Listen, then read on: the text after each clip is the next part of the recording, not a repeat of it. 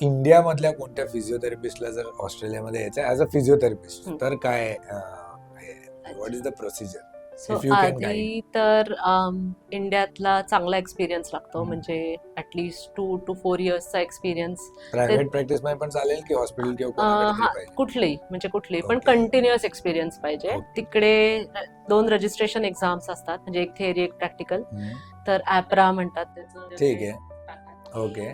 पण त्या दोन्ही एक्झाम क्लिअर करायला लागतात. ती एक्झाम वर्षातनं एकदाच होते.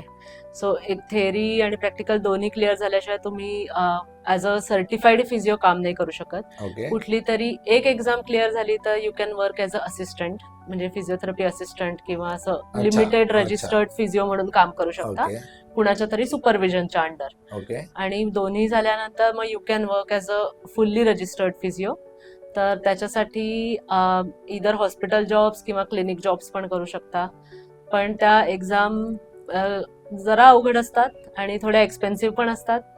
पण त्या पास झाल्या तर चांगलं आहे. मग तुम्ही Good. स्पोर्ट्स फिजिओ म्हणून पण काम करू शकता. जस्ट एक्झाम क्लिअर करून तिकडे युएस सारखं नाही तुम्हाला परत तिकडे कोर्स करा वगैरे असं काही नाही यू नाही कॅन डिरेक्टली हो. वर्क एज अ हा. फिजिओथेरपिस्ट आणि त्याच्यासाठी जीआरई टोफेल काही गरज नाही. नाही यू नाही कॅन डायरेक्टली एकदा go and give the directly register for the exam. हो. याचा पूर्ण एपिसोड पाहायचा असेल तर युट्यूबवर जा.